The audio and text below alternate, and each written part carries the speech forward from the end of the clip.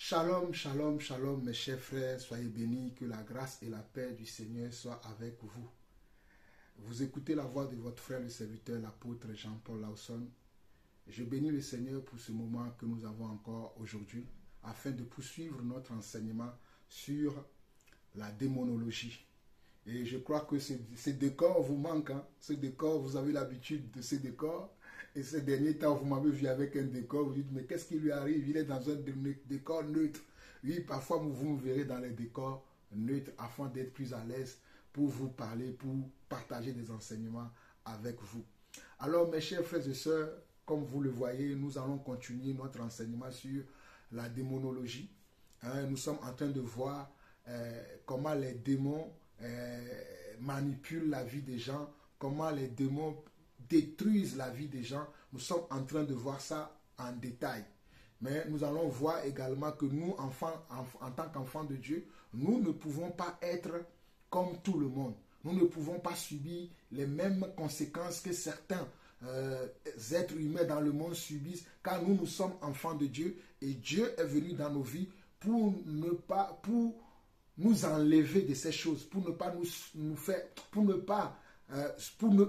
que nous ne subissons pas ces genres de choses que certains subissent. C'est pour cela que Dieu est venu dans nos vies. C'est ce que nous verrons à la fin de cet enseignement. Cet enseignement, j'avais dit préalablement qu'il aura 2 ou 3 parties ou 4 parties, mais je crois qu'il y aura plusieurs parties parce que cette nuit même, je n'ai pas dormi. Le Seigneur m'a réveillé encore pour me donner encore beaucoup d'autres détails concernant cet enseignement. Donc, prenez le temps de prendre des notes dans cet enseignement. Regardez, j'ai ma Bible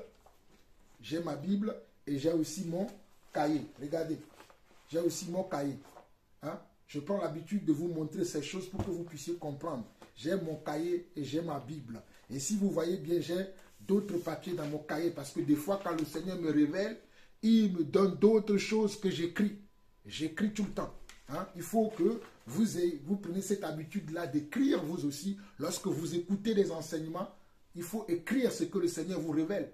Peut-être pendant que moi je parle, le Seigneur peut aller plus loin dans l'explication que moi je donne. Le Seigneur peut aller plus loin dans l'expérience que moi je partage avec vous. Et il va vous révéler d'autres choses. Mais vous avez besoin de les écrire. Que ce soit pour vous-même. Peut-être un jour vous aurez besoin d'aider d'autres personnes, de partager des témoignages avec d'autres personnes. Et vous aurez besoin de ces écrits-là. Ne soyez pas des auditeurs oublieux. Prenez la peine d'écrire. Et je vous demanderai aussi de partager ces enseignements. Je rends grâce à Dieu que j'ai maintenant actuellement beaucoup de questions concernant cet enseignement. J'ai déjà actuellement beaucoup de questions. Mais je ne vais pas répondre à ces questions-là maintenant parce que la plupart de ces questions que certains d'entre vous me posez, vous verrez que ces questions-là ont leur réponse dans la suite de ces enseignements-là. Comme c'est un enseignement qui est long, que je ne peux pas faire ça en une seule fois ou en 2 fois, vous verrez que quand je vais rentrer dans l'explication ou bien dans la continuité de cet enseignement jusqu'à aller au bout, certaines questions que vous m'avez posées, vous verrez que ces questions ont leur réponse. Mais à la fin, lorsque je vais finir cet enseignement, je prendrai certaines questions que vous m'avez envoyées, certains d'entre vous que vous m'avez envoyées, et répondre à ces questions-là au travers d'une séance. Ça serait une séance avec des questions. Mais n'oubliez pas, avant d'arriver à la séance des questions, il y a une dernière séance que je ferai où je vous montrerai tous les passages bibliques qui prouvent que nous, en tant qu'enfants de Dieu, nous ne pouvons pas être possédés. C'est impossible. Le seul cas qui peut arriver que nous serons possédés, c'est si nous avons renié la foi. Ou bien c'est si nous avons une vie de péché, d'iniquité, que le Seigneur a essayé de plusieurs manières de nous reprendre, de nous appeler à lui, à ce que nous nous repentions et que nous refusons. Alors là, nous allons rentrer dans un état, effectivement, d'oppression et d'ailleurs même de possession par les démons. Et dans ce cas, il n'y a rien à faire pour nous. 2 Pierre en parle. Si quelqu'un qui a été lavé après, a été complètement lavé, va encore dans la boue, ben sa dernière condition est pire que la première. Il y a des cas comme ça. Mais en tout cas, généralement, nous en tant qu'enfants de Dieu, Dieu ne nous permet pas que nous soyons encore possédés par les esprits impurs. Il vient dans notre vie pour nous délivrer de ces esprits impurs. Mais ces esprits impurs, comme ils ne veulent pas nous laisser dans cette liberté que Dieu nous a donnée, ils vont essayer encore de revenir. Ils ont essayé avec Jésus. Le diable a essayé avec Jésus, il ne va pas essayer avec toi. Il va essayer avec toi. Mais il faut que tu aies la parole, l'épée de l'esprit, pour pouvoir contrecarrer tout le temps le diable, pour lui dire qui tu es. Tu dois être capable de dire au diable qui tu es. Voilà pourquoi notre Dieu nous ordonne d'être puissants. Psaume 68, je vais vous montrer par la parole aujourd'hui que Dieu veut que nous soyons puissants. Nous ne pourrons pas être faibles. Si tu es faible, le diable fera de toi ce qu'il veut. Mais ton Dieu ordonne que tu sois puissant. Ton Dieu veut que tu sois quelqu'un de très comment? De très organisé dans ta vie. Si tu es faible, l'ennemi va profiter de toi. Si tu es quelqu'un qui n'a pas de connaissance, l'ennemi profitera de toi. Si tu es quelqu'un qui rejette la connaissance, l'ennemi profitera de toi. Mais si tu es quelqu'un qui sait qui tu es, et qui s'attelle à ce que tu es dans le Seigneur, l'ennemi ne pourra pas profiter de toi. Si tu ne veux pas le faire pour toi-même, fais-le au moins pour tes frères et sœurs. Fais-le au moins pour ta famille. Fais-le au moins pour tes enfants. Si tu ne veux pas être puissant pour toi-même, au moins sois puissant pour tes frères et sœurs. Qui ont besoin d'encouragement, qui ont besoin d'entraide, qui ont besoin d'être fortifiés. Il est très important que tu sois comment? Que tu sois quelqu'un de puissant. Nous verrons ça dans le psaume 68. Bon, mes chers frères et sœurs, nous allons prier, nous allons entamer l'enseignement de ce jour. Père éternel, Dieu d'amour, Dieu de grâce, Dieu de paix, Dieu de bonté, nous te bénissons encore pour ce jour que tu nous as accordé. Nous te bénissons pour ce moment, nous te bénissons pour ta parole que tu nous enseignes. Nous te bénissons pour l'éclairage que tu nous donnes au travers de ta parole. Nous te bénissons, Seigneur Dieu, pour le don du Saint-Esprit. Nous te bénissons également, Seigneur Dieu, parce que tu nous as délivrés, Seigneur Dieu, oh Papa, de la puissance des ténèbres, afin que nous soyons maintenant des enfants de lumière et pour, Seigneur Dieu, éclairer ceux qui sont encore dans les ténèbres, Papa. Père éternel, viens encore nous éclairer au travers de ta parole. Que ton esprit soit au rendez-vous. Que ton esprit révèle les secrets cachés dans ta parole. Que ton esprit nous montre, Seigneur Dieu, tout ce dont nous avons besoin de suivre pour pouvoir être des disciples dignes de toi, Papa. Nous te donnons toute la gloire. Au nom puissant de Jésus, nous avons ainsi prié. Amen. Mes chers frères et sœurs, nous avons vu déjà dans la première, la deuxième, la troisième partie, le style de vie que les démons ont. Nous l'avons déjà vu. Le style de vie des démons, nous les avons vus dans la première et dans la deuxième partie. Nous avons vu comment les démons menacent la vie des gens. Nous avons vu comment les démons ont aussi, ils ont quoi? Ils ont de la connaissance, ils ont de la personnalité, ils ont de la conscience, ils ont des émotions, ils ont des sentiments, nous l'avons vu. N'oubliez pas ça, hein. Le démon a une personnalité. Et en général, la personnalité du démon se manifeste selon ce qu'il est. On l'a déjà vu dans la deuxième ou troisième partie. Donc, non seulement les démons ont une personnalité, ils ont également une connaissance et ils ont aussi une conscience, ils ont des émotions, ils ont des sentiments. Et leur but, c'est de faire quoi? C'est de détruire la foi chez l'être humain. Le but des démons, c'est de détruire la foi, c'est de détruire la conviction des êtres humains. C'est ça le but du diable. C'est de détruire la vie des êtres humains. Le diable ne veut pas que nous soyons dans la foi. Le diable ne veut pas que nous soyons dans la paix. Le diable ne veut pas que nous soyons des enfants de Dieu qui marchent dans la certitude de leur Dieu. Il va essayer par tous les moyens de nous embêter. Mais nous devons le contrecarrer. Voilà pourquoi la Bible dit dans le psaume 68, le verset 29, je vais vous lire ça rapidement. Psaume 68, le verset 29. Psaume 68. Psaume 68. Psaume 68, le verset 29. Il est écrit ceci. Psaume 68. Le verset 29, dans ma Bible, il est écrit ici que ton Dieu ordonne que tu sois puissant. Ton Dieu ordonne que tu sois puissant. Mon frère, ma soeur, tu n'as pas le droit d'être faible. Je peux comprendre que des fois, à cause des activités quotidiennes que nous faisons, le corps peut être fatigué, l'esprit aussi peut être fatigué. Ça, Dieu comprend ces états-là et lui-même vient à notre aide pendant ces moments-là. Mais la faiblesse dont je parle, c'est que quand toi-même tu te laisses aller, tu ne fais aucun effort pour être quelqu'un d'utile au royaume de Dieu, pour être quelqu'un d'utile pour toi-même, pour être quelqu'un d'utile pour tes frères et sœurs, pour être quelqu'un d'utile pour l'église dans laquelle tu évolues, pour être quelqu'un d'utile pour ta famille, pour tes frères et sœurs, pour les encourager. Ton Dieu ordonne que tu sois puissant. Affermis, ô Dieu, ce que tu fais pour nous. Dieu veut affermir ce qu'il fait pour nous en toi. Mais il veut également que tu sois puissant. Ne sois pas faible. Ne sois pas quelqu'un qui est facilement manipulable. Ne sois pas quelqu'un qui peut tomber facilement dans des choses qui n'ont rien à voir avec le Seigneur. Ne sois pas quelqu'un qu'on peut tromper très facilement. Sois quelqu'un d'intègre, quelqu'un de fidèle, quelqu'un de loyal, quelqu'un sur qui on peut compter. Et surtout, aie la crainte de Dieu. C'est ça qui fera ta puissance. Ah oui, la crainte de Dieu, c'est ce qui fera ta puissance. Quand tu craindras Dieu, quand tu garderas la parole dans ton cœur, quand tu serreras la parole dans ton cœur afin de ne pas pécher contre Dieu, tu seras qui? Tu seras un vrai serviteur de Dieu. David disait dans les psaumes que je scelle ta parole dans mon cœur afin de ne pas pécher contre toi. Et c'est ça que le diable veut détruire. C'est la parole de Dieu qui est dans notre vie. C'est ça que le diable veut détruire. Voilà pourquoi quand je vois les gens aujourd'hui, bon, nous allons retourner au Dieu de nos ancêtres. Les Blancs sont venus nous tromper. Et ils ont ramené la religion. La religion détruit le monde. Je ne suis pas un religieux.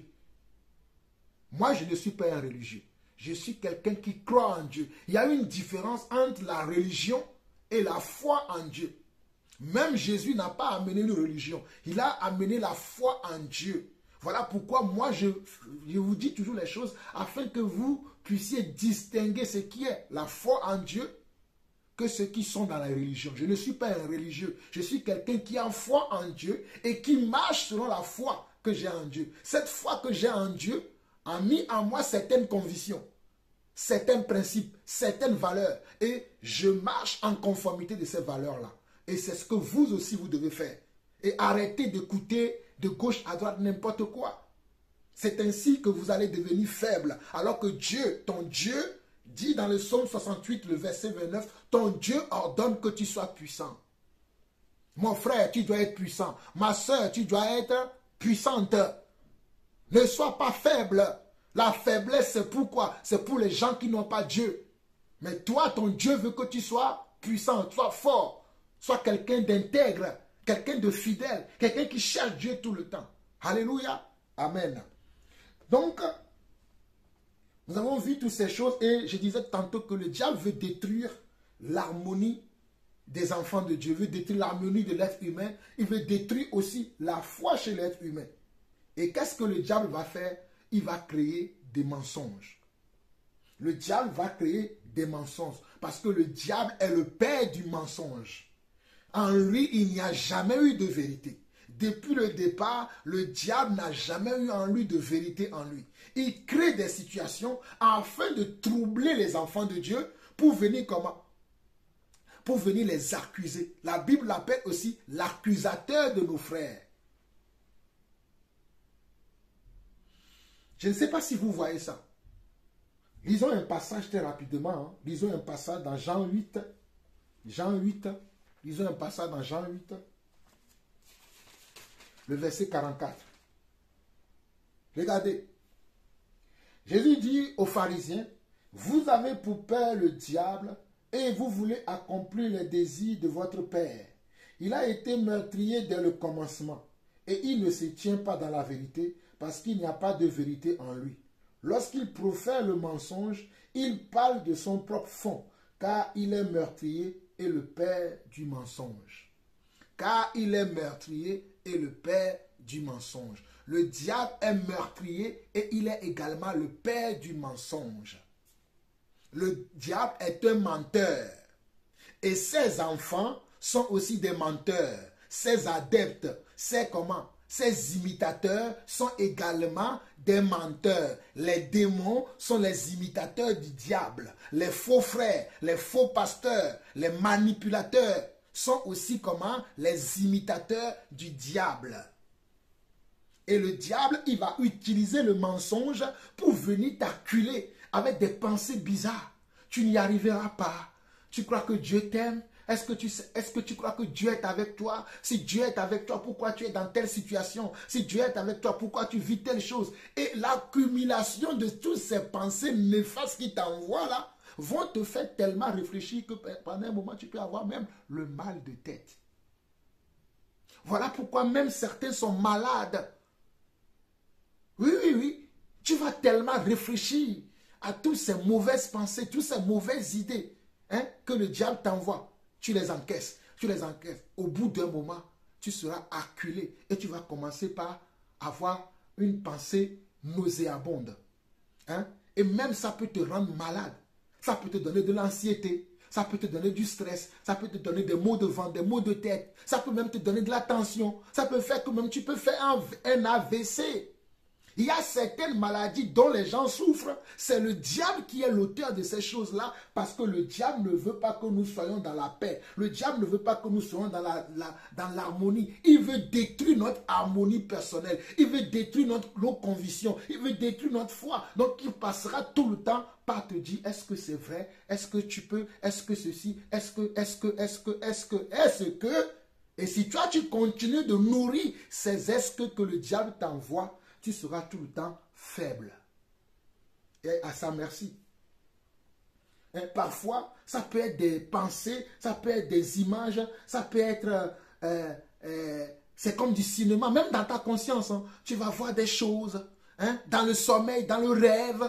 Là, tu vas voir des choses. C'est le diable qui te joue des tours. Amen. Il veut détruire ta santé. À cause de trop penser, tu finiras par... D'ailleurs, à cause de vouloir tout le temps être dans ces pensées néfastes pour toi, tu commenceras à avoir comment? À avoir des paroles comment aussi? Des paroles néfastes. Alors que la Bible dit que la mort et la vie sont au pouvoir de la langue. La mort et la vie sont au pouvoir de ta langue. N'accepte pas que ta langue dise des choses qui ne sont pas vraies. Philippiens 4.8. N'oubliez pas ça. Philippiens 4.8. Que tout ce qui est vrai, tout ce qui est pur, tout ce qui est juste, tout ce qui est aimable, tout ce qui mérite l'approbation, tout ce qui est vertueux, tout ce qui est digne de louange, soit l'objet de vos pensées. C'est ainsi que Jean-Paul Lawson vit sa foi tous les jours. Alléluia. Le diable veut détruire notre faculté même d'adaptation. Le diable veut détruire la faculté d'adaptation de l'homme. Exemple, quand tu es dans un travail, le diable va dire, est-ce que tu penses que le travail là c'est pour toi? Au bout de quelques jours, on va te licencier parce que le diable te donne tellement de mauvaises pensées qu'au lieu de travailler efficacement, tu n'arrives pas à travailler. Tu vas faire des erreurs qu'il ne faut pas et ton employeur va s'énerver et tu dois quitter le travail.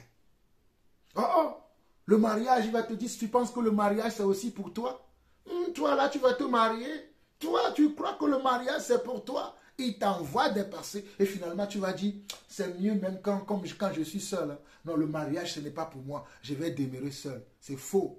Il est écrit qu'il n'est pas bon que l'homme soit seul. Il est écrit qu'il n'est pas bon que l'homme soit seul. Alors quand le diable t'envoie ce genre de pensées, oh non, est-ce que tu crois que le mariage c'est pour toi? Est-ce que tu penses que tu peux aimer un homme? Est-ce que tu penses que tu peux aimer une femme? Est-ce que tu penses que tu peux élever des enfants? Est-ce que trop de est-ce que va faire que tu vas commencer à avoir des attitudes, des comportements qu'il ne faut pas parce que tu es sous l'influence d'un démon. Quelqu'un qui a souvent l'insomnie. Si tu es quelqu'un, tu es souvent dans l'insomnie, tu n'arrives pas à avoir une nuit complète. Je ne parle pas de quand nous avons beaucoup travaillé, parce que des fois nous avons beaucoup travaillé, nous sommes fatigués, et quand nous dormons la nuit, des fois nous dormons mal, parce que le corps n'est pas bien sur le lit, donc ça fait que bon, tu as une insomnie. Je ne parle pas de ça.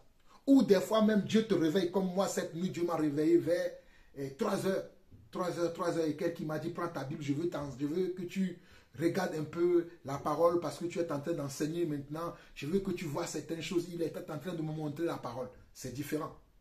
Et j'ai médité la parole jusqu'à vers 5 heures et quelques. Et c'est là où je suis parti encore me recoucher. Hein? Vous voyez, je ne parle pas de ça. Mais si tu es quelqu'un que toutes les nuits, ou parfois, plusieurs fois dans la semaine ou dans le mois, tu n'arrives pas à dormir, tu as de l'insomnie, sache que tu es sous l'influence d'un démon. Et ce démon-là s'appelle le démon du trouble de sommeil.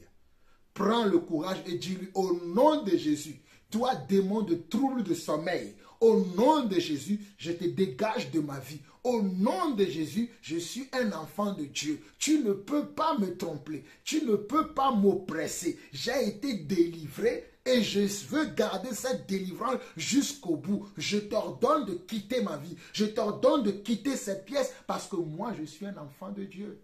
Alléluia. La mort et la vie sont au pouvoir de la langue. Amen. Donc, vous allez voir que le diable veut détruire également, comme je l'ai dit tout à l'heure, notre capacité d'adaptation. Dans un milieu où tu es un peu critiqué, tu es un peu rejeté, le diable va voir. Tu vois, tu ne sers qu'à rien. Tu ne sers qu'à rien. Regarde, même tes frères t'ont rejeté. Ta famille t'a rejeté. Tes amis t'ont rejeté. Même ton conjoint. Tu vas devenir quelque chose. Oublie ton Dieu. Viens avec moi. Moi, je vais faire de toi une star.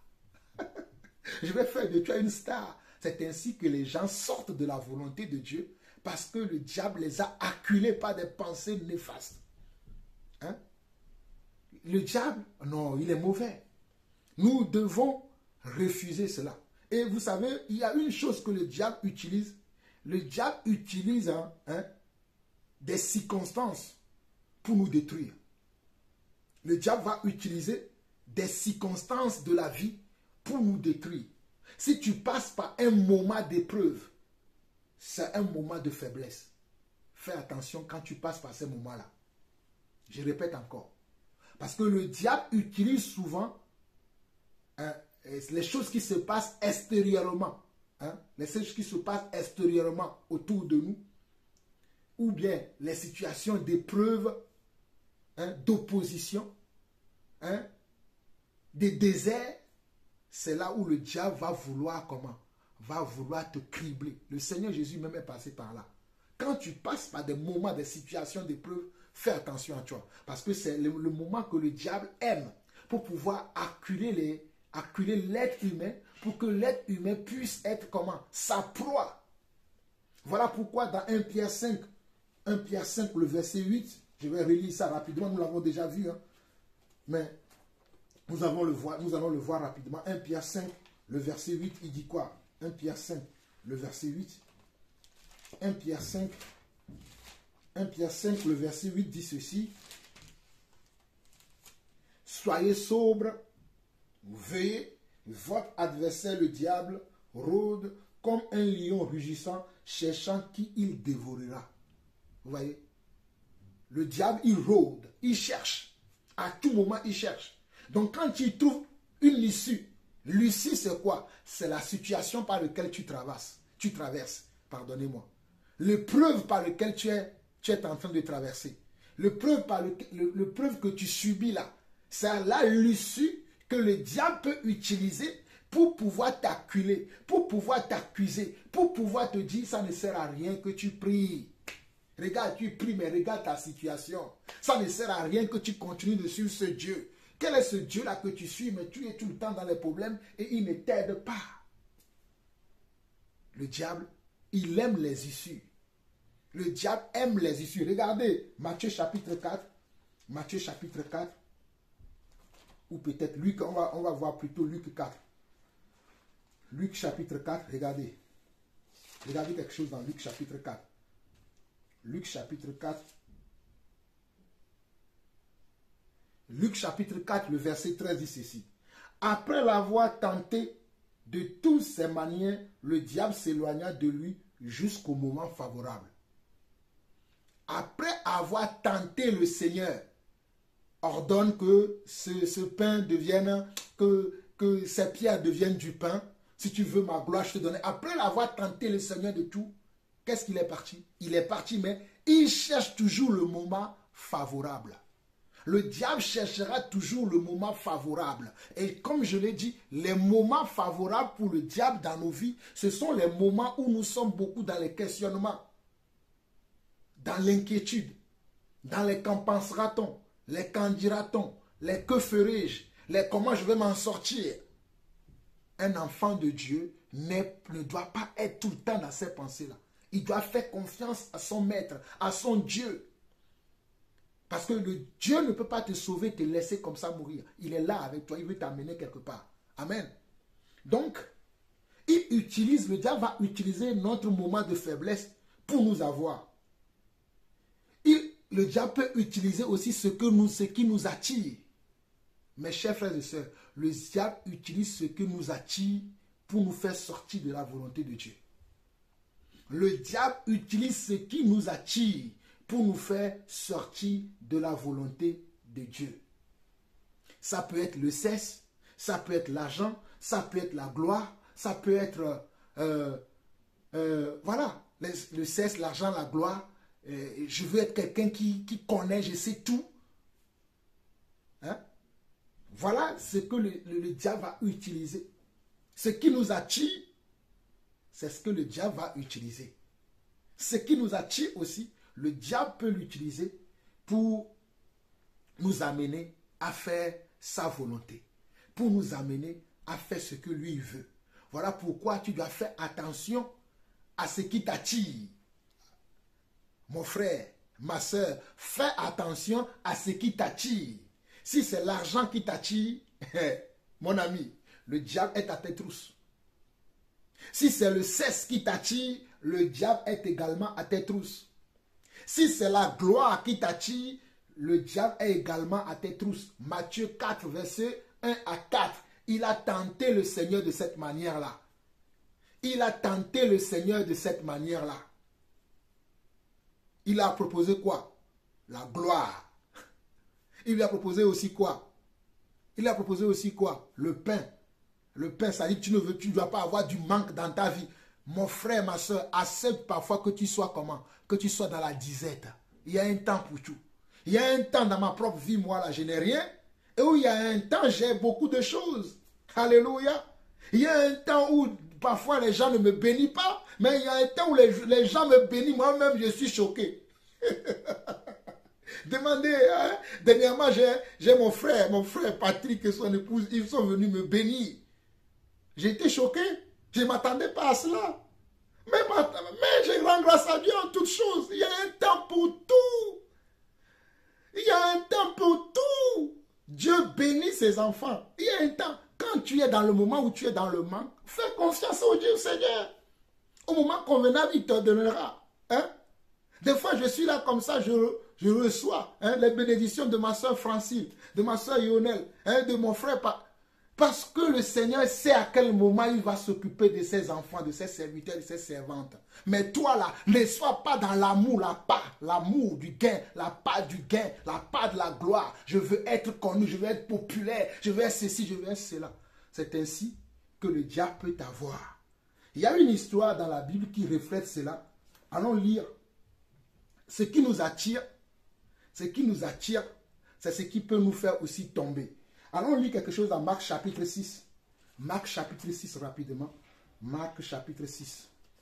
Marc chapitre 6, lisons à partir du verset 7 au verset 29. Marc chapitre 6 à partir du verset 7 au verset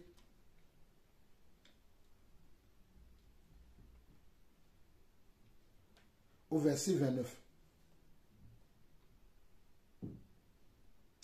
Marc chapitre 6, à partir du verset 7 au verset 29. J'ai une histoire ici à vous lire rapidement afin de vous expliquer que ce qui nous attire, c'est ce qui peut nous faire du mal. Ce qui nous attire, le diable peut l'utiliser pour nous faire du mal. Notre orgueil, notre ego, le diable peut l'utiliser pour nous faire du mal. Notre vouloir paraître bon devant tout le monde. Vouloir paraître bon devant tout le monde. Que les gens disent de moi que Jean-Paul Lawson est méchant, je m'en moque. Si dans mon cœur, je sais que je ne suis pas méchant, cela me suffit. Mais quand tu veux montrer aux gens que non, je ne suis pas comme ça, fais attention aussi à cela. Ça peut t'amener loin. Donc dans Marc chapitre 6, le verset 7 au verset 29, regardez ce que la Bible nous dit. Alors il appela les 12 et il commença à les envoyer 2 à 2 en leur donnant pouvoir sur les esprits impurs. Quand Jésus a appelé les 12 disciples, il leur a donné le pouvoir sur les esprits impurs. Et le même pouvoir que Jésus a donné aux disciples, aux 12 disciples qui étaient avec lui, sur les esprits impurs, le même pouvoir là, Jésus l'a donné à toi et à moi, jusqu'aujourd'hui, sur les esprits impurs. Voilà pourquoi il a dit dans Marc 16, le verset 15 au verset 18, voici les signes qui accompagneront ceux qui auront cru. Je ne veux pas que vous oubliez ça. Nous avons le pouvoir de dominer les esprits impurs. Ce n'est pas les esprits impurs qui doivent nous dominer. C'est nous qui devons les dominer, les terrasser, les chasser. Amen. Verset 8. Il leur prescrivit de ne rien prendre pour le voyage, si ce n'est un bâton, de n'avoir ni pain, ni sac, ni monnaie dans leur ceinture. Regardez, Jésus appelle ses disciples. Ils disent, ne cherchez pas l'argent. Ici, là, qu'est-ce que Jésus veut leur dire? Ne cherchez pas à vouloir manger. Parce que si vous voulez manger partout, là, vous allez manger des choses qu'il ne faut pas. Ne cherchez pas non plus à vouloir vous amasser de l'argent. Car l'ouvrier mérite son salaire. Je m'en occuperai. Mais regardez dans le monde aujourd'hui, nos pasteurs, qu'est-ce qu'ils veulent? Ils veulent gagner de l'argent. Ils ne sont pas des vrais serviteurs de Dieu. Ils veulent gagner de l'argent. Ils veulent la gloire. Alors que le Seigneur a dit, ne prenez ni sac ni monnaie dans la ceinture. Et il y a une connotation plus spirituelle à ce message-là de le comprendre. C'est-à-dire, le Seigneur veut dire maintenant que quand vous partez là, le but pour lequel vous partez là, c'est de libérer la vie des gens. Le but pour lequel je vous envoie là, c'est d'aller assister et aider les gens. Ce n'est pas pour que vous soyez riches. Ce n'est pas que vous devenez des personnes, des stars. Hein? Il y a même certains pasteurs qui sont au-delà même des stars. Ils ont tellement de la popularité. En plus, ils veulent encore plus de popularité. Je ne suis pas en train de dire que la popularité est mauvaise. Mais quel type de popularité as-tu? Comment as-tu arrivé à cette popularité? Qu'as-tu fait pour arriver là-bas? Est-ce que c'est le Seigneur qui t'a amené là-bas? Ou tu t'es arrivé là-bas par des moyens impurs? Oui, Jean-Paul Lawson, moi aussi je cherche à être populaire. Ah oui, c'est la vérité, je veux être populaire. Je ne veux pas être hypocrite devant vous. Je veux être populaire dans ce que je fais. Mais selon le temps de Dieu et selon ce que Dieu veut. Voilà pourquoi je reste dans le cadre, dans le périmètre qu'il m'a donné. Je ne cherche pas à aller partout. Non. Si je dois être populaire, c'est lui qui va le faire en son temps. Mais quand tu veux coûte que coûte être populaire, là, faites attention. Je continue. Verset 9. De chausser les sandales et de ne pas revêtir 2 tuniques. Puis il leur dit, dans chaque maison que vous y entriez, restez jusqu'à ce que vous partiez de ce lieu. Et s'il y a quelque part des gens qui ne vous reçoivent ni ne vous écoutent, retirez-vous de là et secouez la poussière de vos pieds afin que cela leur serve de témoignage. Il partit et il prêchait la repentance. Il chassait beaucoup de démons et il joignit d'huile beaucoup de malades et les guérissait. Regardez, quand les apôtres sont partis, ils ont obéi à ce que le Seigneur leur a dit. Leur intention, c'est d'aller aider les gens. Voilà pourquoi le Seigneur leur a dit, si vous arrivez quelque part, vous dites ce pourquoi vous êtes venus, que les gens ne veulent pas, prenez vos clics et vos cartes, partez, allez ailleurs. Ne cherchez pas à vouloir forcer les gens à vous suivre. Il y a des serviteurs de Dieu qui veulent forcer les gens à les suivre. Moi, je ne force pas les gens à me suivre. Si vous voulez me suivre, suivez-moi. Si vous ne voulez pas, des fois même, les gens sentent comme si je les chasse. Partez. Non. Il faut que les gens eux-mêmes reconnaissent qui tu es, quelle est ta valeur pour vouloir rester avec toi. C'est comme ça. Et regardez la suite, il leur dit,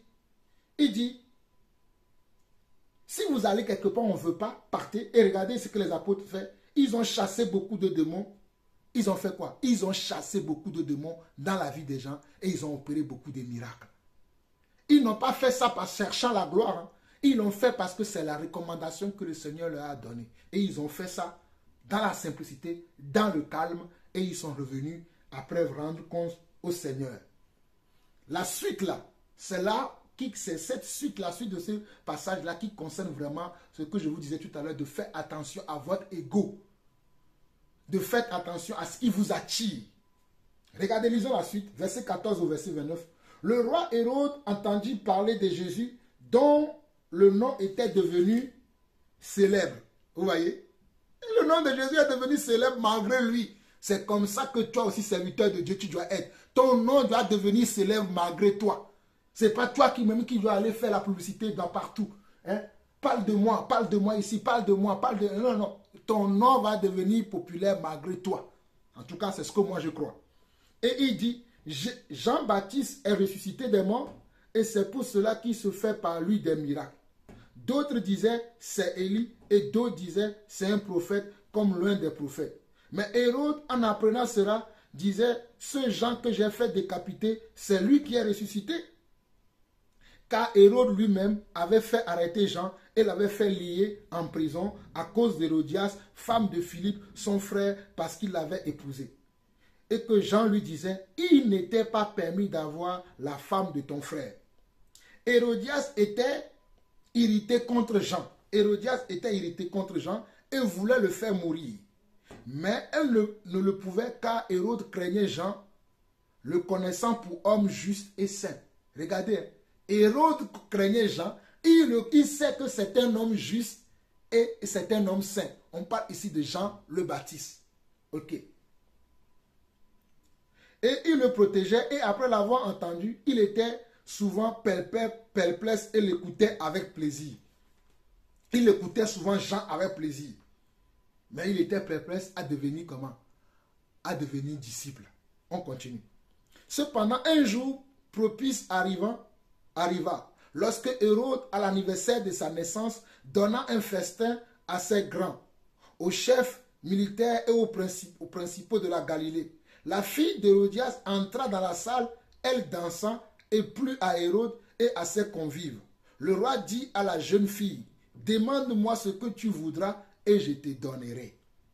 Regardez, le roi qui avait un ego, ce jour-là, il dit, oh, il a tellement bu devant ses convives, il veut montrer qu'il est le tout-puissant, qu'il est fort, qu'il est ceci. Il a dit, oh, Hérodias, ma fille, demande-moi ce que tu veux. Regardez. Verset 23, il ajouta avec serment, ce que tu me demanderas, je te le donnerai. Serait-ce la moitié de mon royaume? Ce que tu me demanderas, je te le donnerai. Serait-ce même la moitié de mon royaume, je te le donnerai. Ce qui t'attire peut être ta chute. Verset 24. Étant sorti, elle dit à sa mère, que demanderai-je? Que demanderai-je? Et sa mère répondit, la tête de Jean-Baptiste. Parce que sa mère avait une dent contre comment? Avait une dent contre Jean-Baptiste, parce que Jean-Baptiste avait dit, avait prêché, avait dit la vérité à Hérode et à sa femme, que Hérode, là, il n'était pas permis de prendre cette femme-là, parce que c'était la femme de ton frère. Et ça a énervé la femme a gardé cela, a gardé rancune. Il cherchait une occasion, pour comment? Pour frapper Jean. Voilà, Hérode qui savait que Jean était un prophète et qui le craignait à cause de son ego, à cause de son orgueil et qu'il a fait la fête. Il veut se montrer que lui, quand il dit une parole, il assume. Mon frère, tu peux donner une parole. Mais si tu vois que la parole que tu as donnée n'est pas une parole sage, reviens, dis, j'ai donné une parole, mais je sens que cette parole que j'ai donnée là, je n'ai pas beaucoup réfléchi. Ce n'est pas une parole que je devais donner. Dieu te pardonnera. Il aurait fallu à Hérode de dire, franchement, j'ai parlé sous le feu du vin. J'étais trop saoul quand j'ai dit ça. Mais non, parce que le diable est passé par là. Regardez la suite. Verset 25. Elle s'empressa de rentrer aussitôt vers le roi et lui fit cette demande. Je veux que tu me donnes à l'instant sur un plat la tête de Jean-Baptiste. Le roi fut attristé, mais à cause de ses serments et des convives, il ne voulut pas refuser. Regardez, à cause de son serment qu'il a fait devant les convives. Au verset 23, il a dit quoi? Demande même ce que tu veux, même ne serait-ce la moitié de mon royaume, l'ego de l'homme. Hein, ce qui t'attire, hein, peut causer ta chute. Le roi fut attristé, mais à cause de ses serments et des convives, il ne voulut pas refuser. Il envoya sur le champ un garde avec ordre d'apporter la tête de Jean-Baptiste. Le garde alla décapiter Jean dans la prison et apporta la tête sur un plat. Il la donna à la jeune fille et la jeune fille la donna à sa mère. Il la donna à la jeune fille et la jeune fille la donna à qui? À sa mère. Ce n'était pas la volonté de la jeune fille. C'était la volonté de qui? De sa maman. Qui avait comment? Qui avait de la haine contre Jean parce que Jean lui a dit la vérité. Mes frères prédicateurs, nous devons prêcher la vérité aux gens. Même si cette vérité doit nous amener à mourir, prêchons la vérité. Jean a prêché la vérité. Cette vérité lui a valu la mort. Mais il est mort en étant digne. Il est mort en étant intègre. Il est mort en étant loyal. Il est mort en étant fidèle à Dieu. Alléluia. Je mourrai en étant fidèle à Dieu. Je mourrai en étant intègre dans la voie de Dieu. Je mourrai en disant la vérité. Si Dieu permet que je meure. Amen. Mais dans cette histoire, je veux que vous voyez comment le diable cherchait une occasion. La femme cherchait une occasion. Et ce qui t'attire peut causer ta chute. Le roi lui-même était dans l'orgueil, dans l'ego, comment? Un ego vraiment très très élevé. Il pouvait se dire, ah, ma chère épouse, j'ai dit ça, mais franchement, crois-moi, ce que tu me demandes là, il ne fallait pas demander quelque chose comme ça. Demande quelque chose d'autre. Pourquoi il n'a pas dit ça? Il a vu son ego dire, non, je vais lui donner la tête de Jean. Ce qu'il regretta plus tard, mais c'est trop tard. Trop tard. It's too late, comme disent les Anglais. Alors, mes chers frères et sœurs, je voulais vous montrer que il y a des situations qui nous attirent, qui peuvent nous amener des ennuis. Il y a des situations dans lesquelles nous allons nous retrouver, qui peuvent nous amener des ennuis. Il y a des situations que si nous ne faisons pas attention, ça peut nous attirer des ennuis que nous ne pourrons même pas régler. Donc, vaut mieux éviter la chose. Quelqu'un qui est sage, il évite les problèmes. Il évite ces situations-là. Donc, nous allons voir maintenant les marches de la progression démoniaque. Nous allons voir maintenant les marches de la progression démoniaque. Il y a 6 marches que nous allons voir. Amen. Donc nous allons voir les marches de la progression démoniaque. Il me faut, attendez, je vais vous montrer quelque chose, vous allez voir. Vous voyez, je ne sais pas si vous le voyez. Vous voyez les marches de la progression démoniaque. Je ne sais pas si vous voyez bien ça. Vous voyez les marches de la progression démoniaque. Hein? Ben, je n'ai pas un chevalet pour pouvoir poser ça, pour que vous puissiez suivre avec moi en même temps que je partage. Hein? Mais bon, je ne sais pas, je vais laisser derrière ici, je ne sais pas si vous la voyez. Je ne sais pas si vous la voyez correctement, les marches de la progression démoniaque. Donc, nous allons voir les marches de la progression démoniaque. Et la première, je ne sais pas si vous voyez bien, hein, si vous ne voyez pas, ce n'est pas grave. La première, c'est la suggestion mentale. La première marche, c'est la suggestion mentale. Notez ça. Prenez vos cahiers, vous notez ça. La première marche, c'est la suggestion mentale. La suggestion mentale, ce sont des pensées envoyées par le diable. Et lorsque nous acceptons ces pensées, nous déclenchons un processus. Ce sont des pensées que le diable nous envoie. Mais si nous acceptons ces pensées-là, nous déclenchons un processus. Mais si nous ne l'acceptons pas, il n'y a rien. Mais si nous l'acceptons, nous déclenchons un processus. Nous pouvons lire Matthieu chapitre 4, le verset 3 rapidement. Matthieu chapitre 4, le verset 3. Matthieu chapitre 4, le verset 3. Matthieu chapitre 4, le verset 3. Matthieu chapitre 4, le verset 3 dit ceci. Le tentateur s'étant approché, lui dit, si tu es fils de Dieu, ordonne que ces pierres deviennent des pains. Si tu es fils de Dieu, ordonne que ces pierres-là deviennent des pains. C'est quoi? C'est une suggestion mentale que le diable a fait à Jésus. Maintenant, c'est à Jésus de traiter cette suggestion-là, cette pensée qui est arrivée là. Il va l'amener devant quelle pensée? Il doit l'amener devant Philippiens 4, verset 8. Que tout ce qui est vrai, tout ce qui est comment? Tout ce qui est pur, tout ce qui est juste, tout ce qui est aimable, tout ce qui mérite l'approbation, soit l'objet de vos pensées. Si tu es vraiment fils de Dieu, ordonne à ces pierres-là qu'ils deviennent du pain.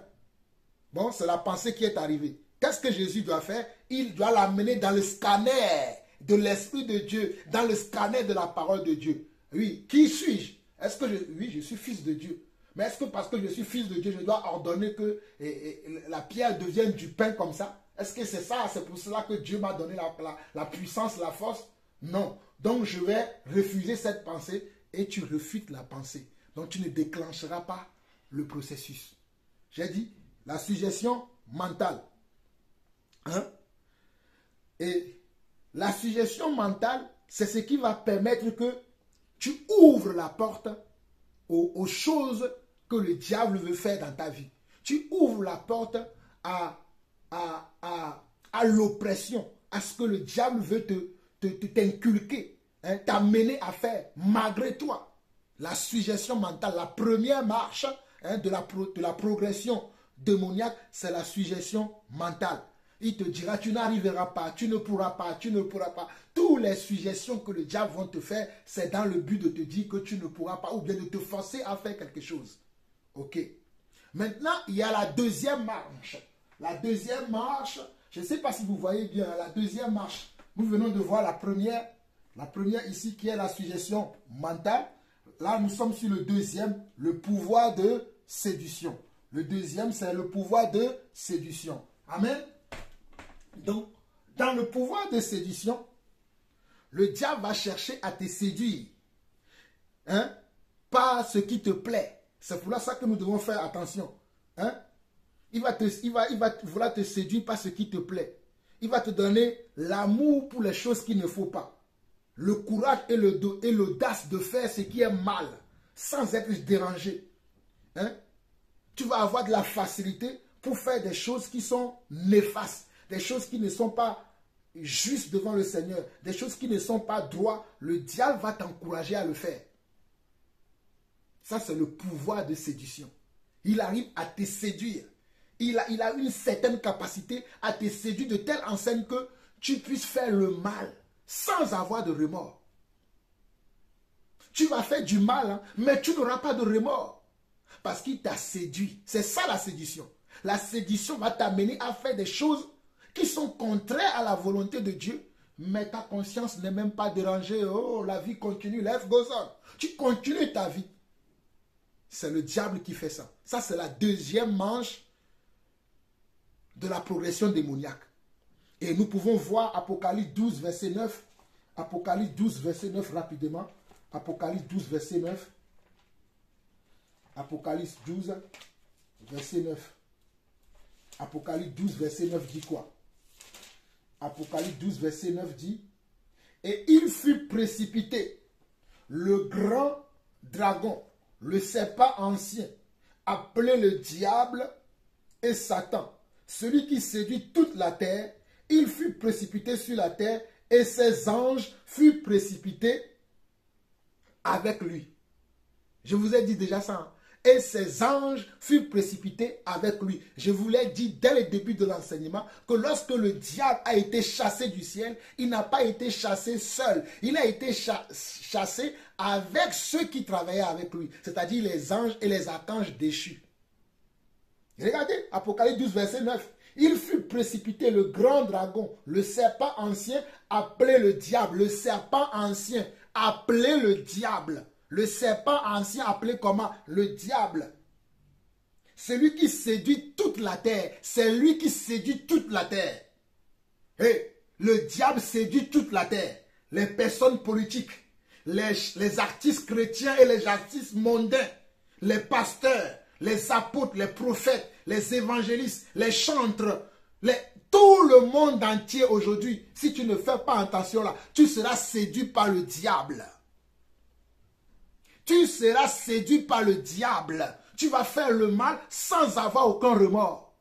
Mon ami, si tu te vois aujourd'hui faire le mal sans avoir aucun remords, sache que tu as été déjà séduit. Si tu fais ce qui n'est pas juste, ce qui n'est pas loyal, ce qui n'est pas pur, ce qui ne mérite pas l'approbation, ce qui n'est pas vertueux et digne de louange, et que ta conscience ne te dérange pas, mon ami, il y a le feu à tes trousses. Il y a le feu à tes trousses. Il y a le feu à tes trousses. Mes amis, allons également lire Éphésiens 4 rapidement. Éphésiens 4, le verset 14. Que le Seigneur vous bénisse. Éphésiens 4, le verset 14 dit quoi? Éphésiens 4, le verset 14 dit: tenez donc ferme, ayez à vos reins la vérité pour ceinture, revêtez la cuirasse de la justice. La manière de ne pas être séduit, c'est que nous devons avoir la vérité. Alléluia. La vérité pour ceinture. La vérité pour ceinture. Tu vois que ce qu'on me propose là, ce n'est pas juste, tu ne l'acceptes pas. Ce que tu vois là, ce n'est pas tout à fait ça, tu ne l'acceptes pas. Ce qu'on te dit là, tu ne l'acceptes pas. Tu dois avoir la vérité pour ceinture. Éphésiens 4, verset 14 dit ça. Éphésiens plutôt 6, verset 14. Tenez donc ferme. Tenez donc ferme. Ayez à vos reins la vérité pour ceinture. Revêtez la cuirasse de justice.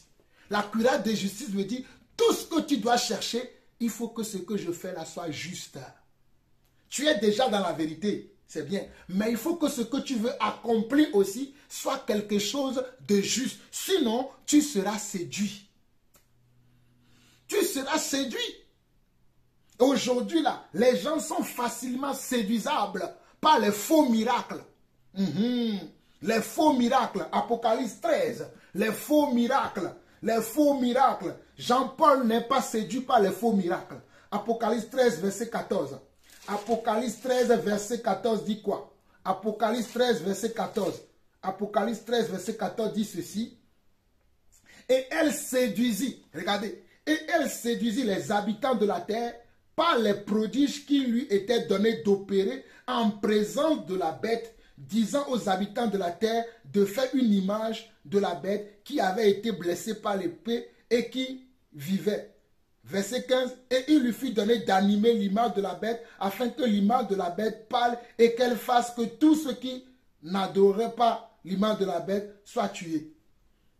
Mais le verset 15, on le laisse d'abord. Regardez le verset 14. Il fait comment? Il fut donné. Il séduisait comment? Les habitants de la terre, par des prodiges qui lui étaient donnés d'opérer des miracles. Ici, on parle de qui? On parle toujours du diable. Et le diable a ses agents dans les églises. Mais écoutez-moi très bien, je suis l'apôtre Jean-Paul Lawson. Le diable a ses agents dans l'église qui opèrent aussi des miracles dans le but de séduire les chrétiens qui sont comment? Qui n'ont pas de connaissance. Le diable a envoyé ses agents dans les églises dans le but de séduire les enfants de Dieu qui ne veulent pas. Même quand nous donnons la connaissance, il la rejette là. Le diable a ses agents dans les églises. Tu peux voir un frère, tu peux voir une soeur. Toute sa vie là, ce qui va te montrer, c'est que les vidéos de miracles. Les vidéos de prophètes. Ainsi dit le Seigneur, tu vas voyager, tu vas avoir le visa, tu vas avoir des enfants. Regardez tout ce qui se passe aujourd'hui dans le milieu chrétien. Les gens sont séduits facilement comme ça. Facilement comme ça, ils sont séduits. Facilement comme ça. Séduit Jean-Paul Lawson. Oh, 2 Pierre, allons dans 2 Pierre. 2 Pierre, rapidement. 2 Pierre. Chia. Les gens sont facilement séduisables aujourd'hui. Parce qu'ils veulent quoi? Ce qui t'attire, c'est ce qui va faire ta chute.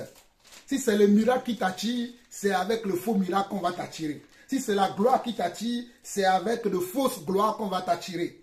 Je dis bien de fausses gloires, ça ce n'est pas la gloire. Tu peux avoir, je ne sais pas, des milliards d'abonnés sur TikTok aujourd'hui, sur Facebook, sur YouTube, ou bien que les gens, tu es adulé partout, mais ça c'est la fausse gloire. La vraie gloire là, c'est quand tu es comment? Tu es quelqu'un de sobre et tu veilles sur toi et les gens t'aiment quand même. C'est là la bonne gloire. C'est ce que moi je veux. Je suis très sobre. Sobre. Dans 2 Pierre, regardez bien, 2 Pierre, on va lire du verset 1 au verset 3. Regardez. Il y eut parmi le peuple de faux prophètes. Il y aura de même parmi vous de faux docteurs qui introduiront sournoisement des sectes pernicieuses et qui, réniant le maître qui les a rachetés, attireront sur eux une ruine soudaine. Plusieurs les suivront dans leur dérèglement et la voie de la vérité sera calomniée à cause d'eux. Par cupidité, ils vous exploiteront au moyen de paroles trompeuses, eux que menace depuis longtemps la condamnation, eux dont la ruine ne sommeille point.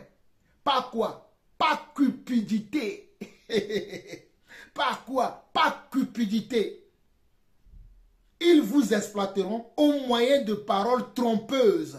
Au moyen de paroles trompeuses. Au moyen de paroles trompeuses, eux que menace depuis longtemps la condamnation, eux dont la ruine ne sommeille point. Nous n'avons pas le temps de voir encore dans 1 Timothée chapitre 4, comment on voit les faux docteurs séduire les gens aujourd'hui.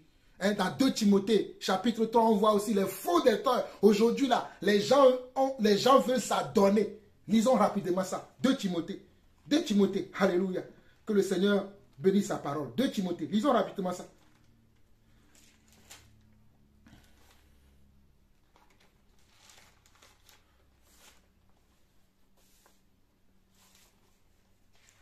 De Timothée, lisons rapidement ça. 2 Timothée chapitre 3. 2 Timothée chapitre 3, verset 1 à 4. Dit ceci, verset 1 à 5. 2 Timothée chapitre 3, verset 1 à 5 dit ceci. Sache que dans les derniers jours, il y aura des temps difficiles. Car les hommes seront égoïstes. Les hommes seront comment? Égoïstes. Nous avons vu le roi Hérode. Amis de l'argent. Ami de quoi? La gloire. Ami, tu veux l'argent. Ami, on le voit. Amis de l'argent, fanfarons, hautains, blasphémateurs, rebelles à leurs parents, ingrats, irréligieux, insensibles. Voilà pourquoi j'ai dit tout à l'heure que si tu fais le mal et que ton cœur ne te dit rien, tu as fait du mal, mais ton cœur ne te dit rien. Tu as médit sur un frère. Tu as parlé mal d'un serviteur de Dieu. Tu as parlé mal d'une servante de Dieu. Tu as parlé mal de quelqu'un sans avoir la preuve en plus. Parce que tu as la haine contre la personne. Donc tu inventes des histoires.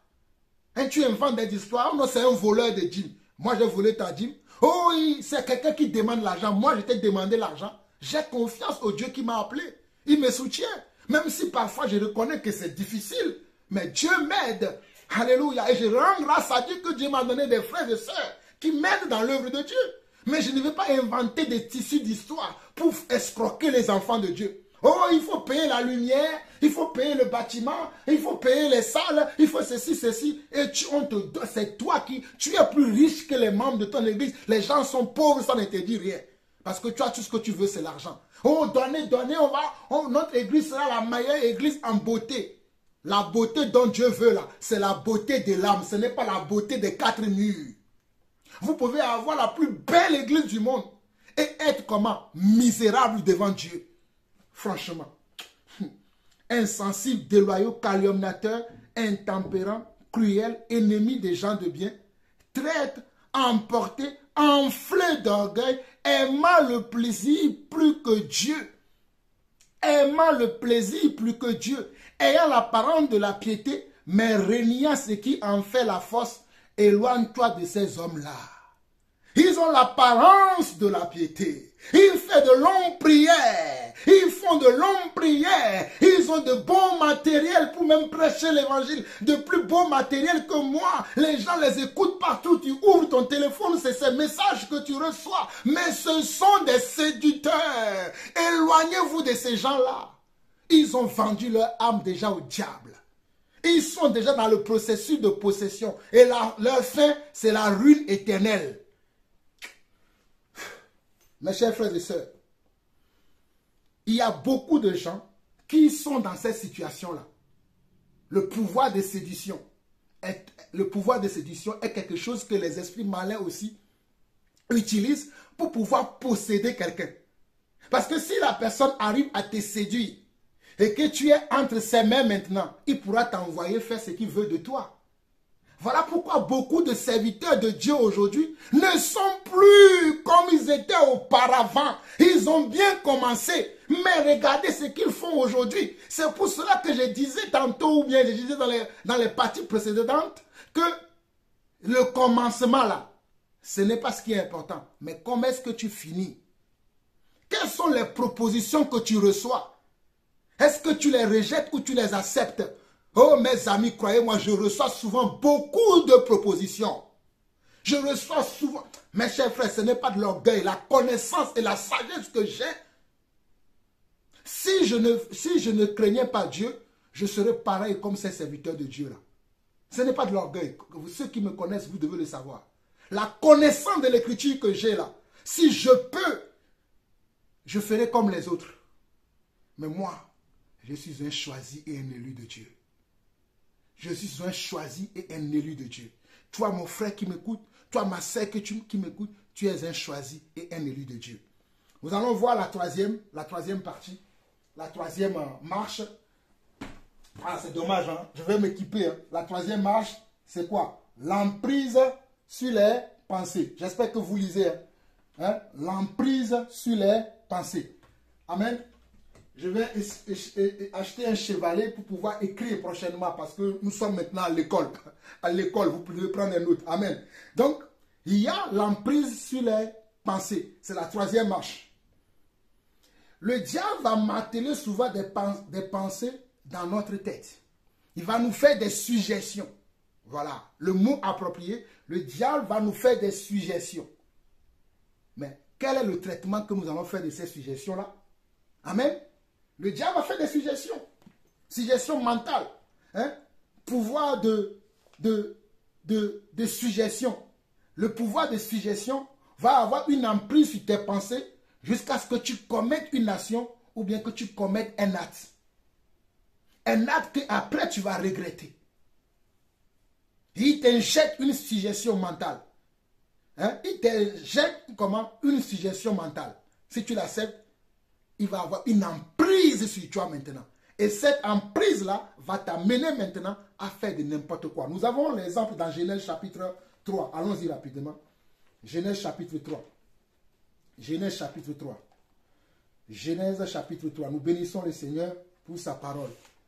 J'espère que vous vivez la parole comme moi. Moi, je la vis, je suis trop content. Ah là, je suis dans mon élément là. Soyez bénis, mes chers frères et sœurs. Alléluia, la gloire de Dieu est là. Oh. Seigneur, nous te bénissons. Regardez, on dit, le serpent était le plus rusé de tous les animaux des champs. Le serpent était le plus rusé de tous les animaux des champs. Souvenez-vous que je vous ai dit que le diable est rusé. 1 Pierre 5, verset 8. Il cherche qui va dévorer. Mais le verset 9 de 1 Pierre 5 dit, résistez-le d'une foi ferme. Mais allons-y.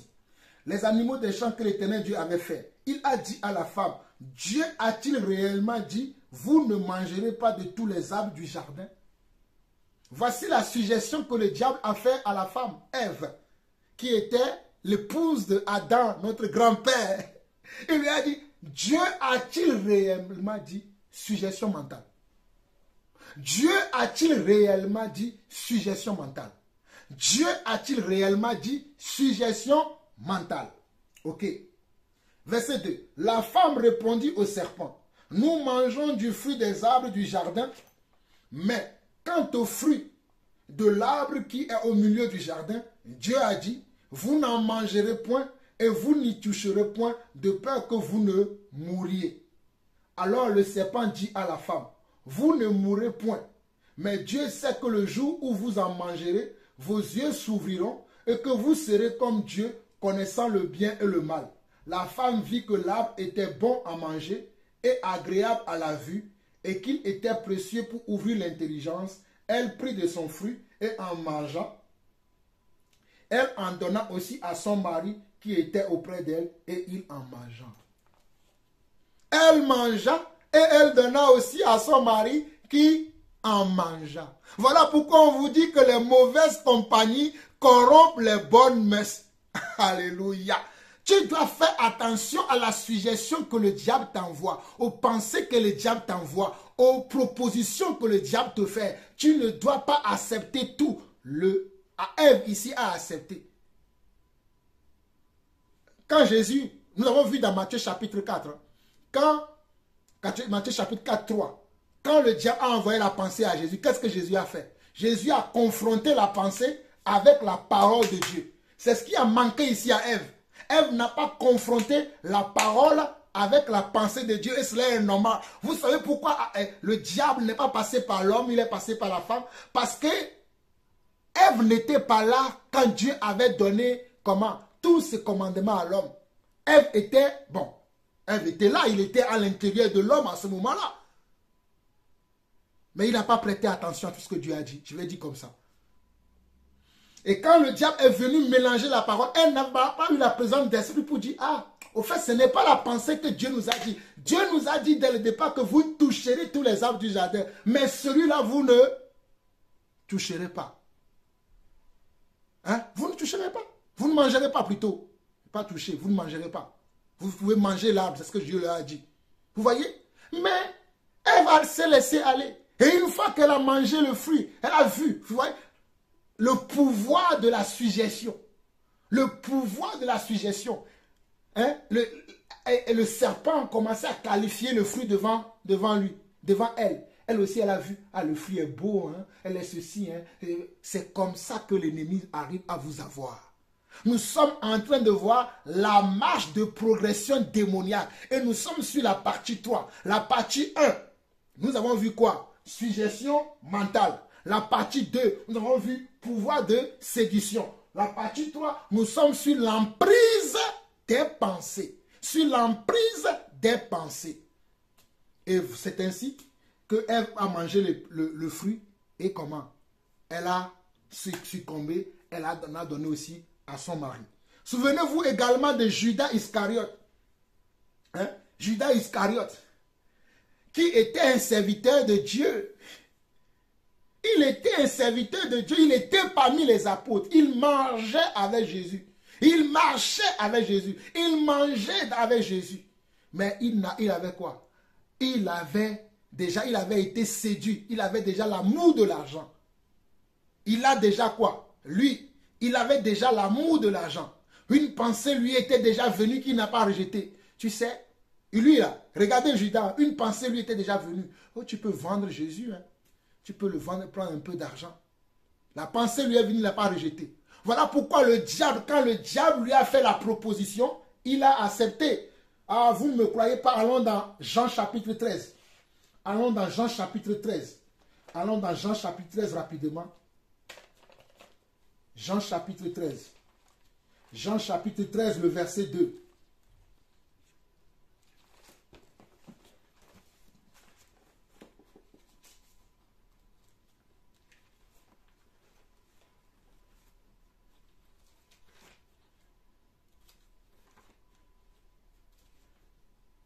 Jean chapitre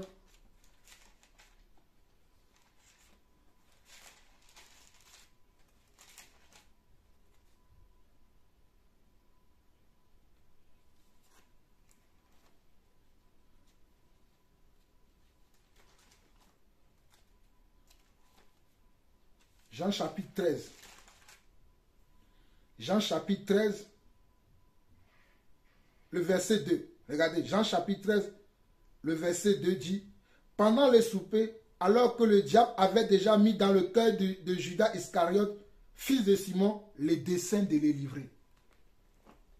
Jean chapitre 4, verset 2. Le diable avait déjà mis dans le cœur de Judas Iscariote. Il l'avait déjà mis. Ce n'est pas maintenant qu'il va le faire. Il l'a déjà fait. Il lui avait déjà envoyé la pensée. Mais Judas Iscariote n'avait pas rejeté cette pensée-là. Il l'avait acceptée. Il l'avait gardée avec lui. Voilà pourquoi quand les principaux sacrificateurs sont venus lui proposer, excusez-moi pour proposer 30 pièces d'argent, il a accepté, il a livré le maître. À 30 pièces d'argent, il a livré le maître. Et le maître a été arrêté. Il a été crucifié. C'est quand le maître a été crucifié que Judas s'est rendu compte. Les Anglais disent toujours, it's too late. c'est trop tard. C'est là qu'il s'est rendu compte que, ah, il a fait quelque chose de mal. C'est comme ça que les démons arrivent à avoir une pression sur votre vie. C'est quand vous allez commettre l'irréparable après que vous allez vous rendre compte. Ah, putain, c'est moi qui a fait cela. C'est moi qui a fait cela. C'est moi qui a fait cela. Voilà pourquoi tu dois veiller aux propositions que tu reçois. Voilà pourquoi tu dois veiller aux suggestions mentales, suggestions mentales, suggestions mentales, suggestions mentales, suggestions mentales, pouvoir de séduction. Comment est-ce qu'on veut te séduire? Quelle est la proposition qu'on te fait? Mes chers amis, je ne suis pas en train d'inventer. Moi, je reçois souvent beaucoup de propositions, beaucoup de choses. J'ai dit non, niet. Je veux rester fidèle à mon Dieu. Même si je suis seul à crier dans mon salon, comme certains d'entre vous, vous pensez là, que je ne suis pas un serviteur de Dieu comme les autres là. Père, que le Seigneur ait pitié de vous. Dans 2 Corinthiens 10, versets 4 à 5, lisons ça rapidement. 2 Corinthiens 10, versets 4 à 5. Nous l'avons vu la dernière fois, mais je vous le lis encore aujourd'hui. Car les âmes avec lesquelles nous combattons ne sont pas charnelles, mais elles sont puissantes par la vertu de Dieu pour renverser des forteresses. Pour renverser quoi? Des forteresses. Nous renversons les raisonnements et toute hauteur qui s'élève contre la connaissance de Dieu et nous amenons toute pensée captive à l'obéissance de Christ. Il y a une proposition qui t'est faite, une suggestion mentale qui t'est faite. Il y a comment? Une emprise qui est venue sur ta pensée, il faut la rejeter. Il faut la rejeter. Il faut amener cette pensée-là à obéir comment? À obéir à Christ. 2 Corinthiens 10, verset 5, nous renversons les raisonnements. Ne raisonne pas. Ne commence pas à raisonner. Ah, peut-être c'est Dieu, hein? Peut-être la fille là que j'ai rencontrée, peut-être le monsieur là que j'ai rencontré, peut-être mon ministère commence par là, hein? Peut-être l'œuvre de Dieu c'est ça, hein? Peut-être ramène la pensée devant Jésus-Christ. Ramène la pensée devant le Seigneur. N'accepte pas ce qu'on te propose. N'accepte pas cette proposition. Ramène la pensée devant Jésus-Christ. S'il ne glorifie pas Jésus, rejette-la. Rejette-la. C'est très important. Il y a la quatrième partie que nous allons voir qui est quoi? La quatrième partie est la quatrième marche qui est l'inspiration. Et la quatrième marche, c'est l'inspiration. La quatrième marche, c'est l'inspiration. La quatrième marche, c'est l'inspiration. Et l'inspiration, le diable va inspirer tellement la personne jusqu'à la pousser à l'action. Tout se passe dans la tête pour le plan complet que le diable a déjà prémédité pour la personne. Donc l'inspiration va venir et l'inspiration va pousser les gens à faire ce que le diable lui a mis dans le cœur. L'inspiration. L'inspiration que le diable a donnée à la personne. Voilà pourquoi au verset 4 de Jean chapitre 13 que nous avons lu tout à l'heure, Jean chapitre 13 verset 4, Jean chapitre 13 verset 4, Jean chapitre 13, verset 4, rapidement. Jean chapitre 13, verset 4. Jean chapitre 13, verset 4. Jean chapitre 13, le verset 4. On voit ici que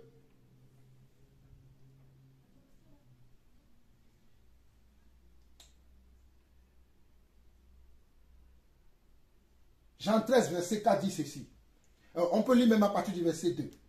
Pendant le souper, alors que le diable avait déjà mis dans le cœur de Judas Iscariote, fils de Simon, les desseins de le livrer, Jésus qui savait que le Père avait remis toutes choses en ses mains, qu'il était venu de Dieu et qu'il s'en allait à Dieu, se leva de table, ôta ses vêtements et prit un linge dont il se ceignit. Ensuite, il versa de l'eau dans un bassin, il se mit à laver les pieds des disciples et les essuyer avec le linge dont il était saint. Ah, je pense que ce n'est pas ce verset-là que je voulais lire. Je vais trouver le verset. Je pense que ce n'est pas le bon verset. Oui, voilà, c'est le bon verset, je l'ai noté. C'était Matthieu 26 qu'on doit lire. Matthieu 26, le verset 14 au verset 16. Matthieu 26, verset 14 au verset 16, qui nous montre vraiment l'inspiration que le diable, que Judas Iscariote a eu pour livrer le Seigneur. Matthieu 26, verset 14 à 16. Matthieu 26, verset 14 à 16. Matthieu 26, verset 14 à 16 qui dit ceci. Alors l'un des 12 appelé Judas Iscariote alla vers les principaux sacrificateurs et dit, vous voyez l'inspiration qu'il a eue? C'est là que c'est ce que je veux que vous voyez. L'inspiration lui est venue. Il a eu l'inspiration tout de suite. L'inspiration. Il alla vers comment? Il alla vers les sacrificateurs et il leur dit, que voulez-vous me donner et je vous le livrerai. Et il payait 30 pièces d'argent. Depuis ce moment, il cherchait une occasion favorable pour livrer Jésus. Vous voyez, les sacrificateurs ont payé comment? Ont payé 30 pièces d'argent. Ils lui ont donné 30 pièces d'argent. Et c'est lui qui a eu l'imagination. Hein. L'inspiration, il est venu. Quand l'inspiration vient là, tu peux rejeter l'inspiration. Tu n'es pas obligé d'accepter l'inspiration. Une inspiration peut te venir, mais qui n'est pas une inspiration de Dieu. Toutes les inspirations que vous recevez ne sont pas de Dieu. Parce que le diable aussi nous inspire. Même si Dieu nous inspire, le diable aussi nous inspire. Le diable l'a inspiré. Il a dit, quand il est parti voir les sacrificateurs en disant, que voulez-vous me donner? Matthieu 26, le verset 15. Que voulez-vous me donner et je vous le livrerai. Et il lui payait 30 pièces d'argent. Vous voyez, c'est le cas de l'inspiration ça. Hein? Le cas de l'inspiration. Et si nous revenons dans Jean chapitre 13, rapidement, il y a quelque chose que je veux vous montrer aussi. Dans Jean chapitre 13, le verset 27. Jean chapitre 13, le verset 27. Hein? Jean chapitre 13, le verset 27. Regardez bien. Dès que le morceau fut donné, Satan entra dans Judas. Jésus lui dit, ce que tu fais, fais-le promptement. Vous voyez? Dès que le morceau fut donné, Satan entra dans Judas. Jésus lui dit, ce que tu fais, fais-le promptement. Nous allons le voir au niveau de la possession qui est le terminus de la marche de la progression, de la marche de la possession. Nous allons voir l'avant-dernier qui est l'oppression. L'oppression. Hein, l'oppression. Vous êtes oppressé. Le diable va vous oppresser, à faire une chose que vous n'avez pas envie de faire, mais il vous pousse à le faire. C'est ça l'oppression. C'est la 5e marche. La 5e marche sur l'échelle, c'est l'oppression. La personne reçoit une très forte influence des démons dans le domaine où il a du mal à contrôler. Dans le domaine que tu as du mal à contrôler, tu vas recevoir une forte influence dans ce domaine-là. Hein?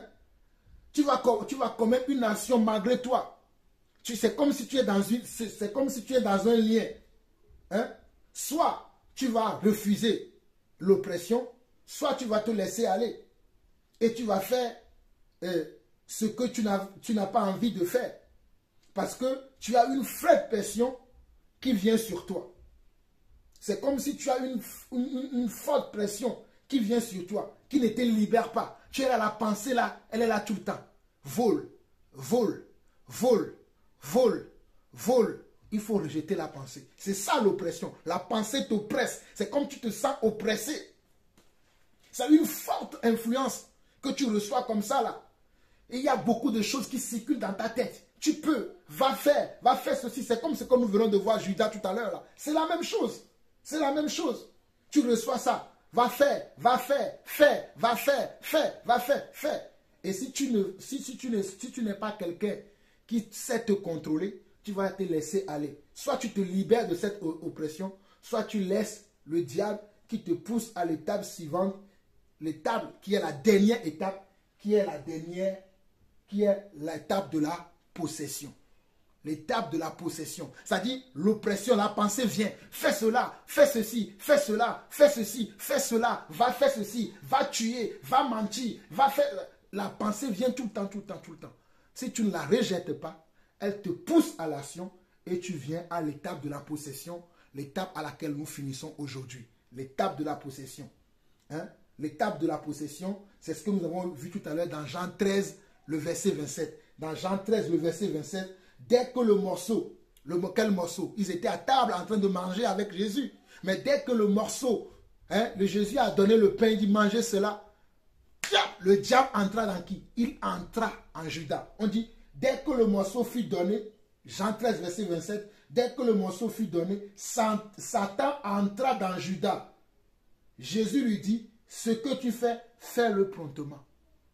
Dès que le morceau fut donné, Satan lui-même, dès que le morceau fut donné, Satan lui-même rentre dans Judas. Il vient rentrer dans Judas. Il vient rentrer comment? Par une suggestion mentale. Il vient par une suggestion mentale, par une oppression mentale. Par une oppression mentale, il t'oppresse avec une pensée. Là, Judas s'est levé de la table. Il est parti voir les sacrificateurs. Il a dit, voilà, celui que je vais voir et que je vais lui faire un baiser, je vais lui donner un baiser, c'est lui. Attrapez-le. Voilà la possession démoniaque. Judas s'est levé de table. Dès que le pain, il a reçu le pain, le diable est entré en lui. Parce que le diable l'avait déjà suivi dès le départ. Il est passé par toutes les 6 étapes. D'abord, il a eu la suggestion mentale. Il a eu la sédition, c'est-à-dire sédition, le gain.